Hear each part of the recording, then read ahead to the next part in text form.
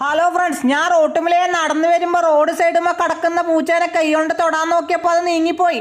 കുറച്ച് ഇപ്പുറത്ത് നോക്കുമ്പോണ്ട് ആപ്പാന്റെ വീട്ടിലെ ജാതിന്റെ കൊമ്പെല്ലാം കഴിച്ചിട്ട്. അസ്നാർ മാഷ വീടിന്റെ അടുക്കുള്ള ചെമ്പരത്തി ചെടിമേൽ ചെമ്പരത്തിപ്പൂ വിരിഞ്ഞിട്ടുണ്ട്. ഞാൻ അതിൻ്റെ അടുത്ത് ഒരു ചെമ്പരത്തിപ്പൂ പറിച്ചിട്ട് കൈമ പിടിച്ച്. എന്നിട്ട് ഞാൻ നടന്നു പോകുമ്പോണ്ട് റോട്ടുമിൽ തെച്ചും ചളിയും വെള്ളക്കെട്ടോ. ഞാൻ ഈ ചളി ചവിട്ടി നടന്നാ ചിലപ്പം ബേക്കിവും ചിലപ്പം ബേക്കിവൂല.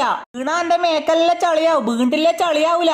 അങ്ങനെ ബീവോ ബീവൂലെന്ന് നോക്കിയിട്ട് ഞാൻ എല്ലാം നടന്ന് അൽഹംദുലില്ലാ ഞാൻ ബീവാണ്ട് അപ്പുറത്തെത്തി കേട്ടാ.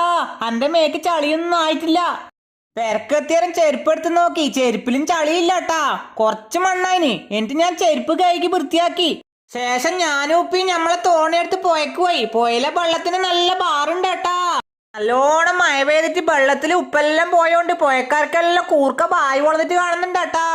എന്നിട്ട് ഞമ്മ പാത്തി ഉന്തിട്ട് ഇപ്പുറത്തേക്ക് വന്ന് ഉപ്പ പാത്തി കെട്ടുന്നുണ്ട്. ഞാൻ പെയിനെ കഴിക്കാനുള്ളതുകൊണ്ട് നടന്നു പോയി.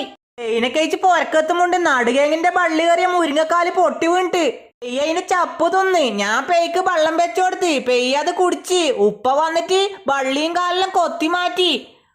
എന്നാ പിന്നെ ശരിയാ, വാങ്ങി കൊടുക്കാനായി. ഞങ്ങക്ക് പള്ളി പോവാനുണ്ട്. വീഡിയോ ഇഷ്ടപ്പെട്ടാ സപ്പോർട്ട് ചെയ്യാൻ മറക്കല്ലേട്ടാ.